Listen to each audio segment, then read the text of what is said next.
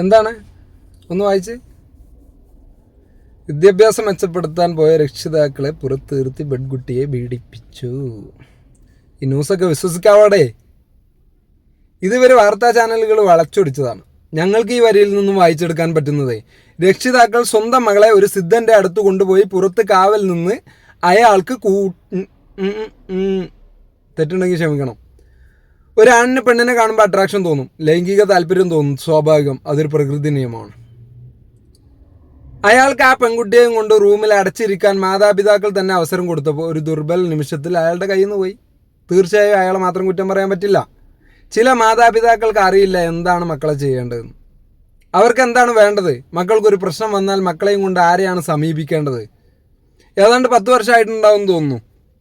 അനിയനൊരു ദീനം വന്നിട്ട് doctor medical കോളേജിലേക്ക് ഒരു എഴുത്ത് തന്നിട്ട്, എത്രയും പെട്ടെന്ന് നിങ്ങൾ അവിടെ എത്തണം, ഒരു നിമിഷം പോലും പായാക്കാനില്ല എന്ന് പറഞ്ഞു. ഇത് കേട്ട ഉമ്മ പറഞ്ഞത്, ഇവിടെ വണ്ടി പാണക്കാട്ടേക്ക് എന്നാ.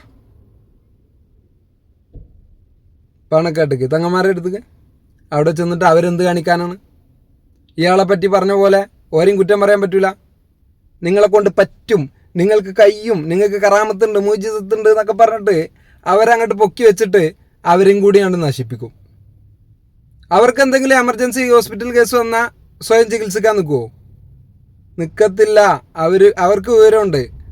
പക്ഷെ അന്ധവിശ്വാസികളായ ആരാധകരെ നിരുത്സാഹപ്പെടുത്തണ്ട എന്ന് കരുതിയിട്ടാണ് പലപ്പോഴും അവർ ചികിത്സിക്കാൻ നിർബന്ധിതരാവുന്നത്. ഒരു പ്രശ്നം വന്നാൽ എങ്ങനെ നേരിടണം, മക്കളെ എങ്ങനെ കൈകാര്യം ചെയ്യണം എന്നറിയില്ലെങ്കിൽ ചോദിച്ചോളൂ.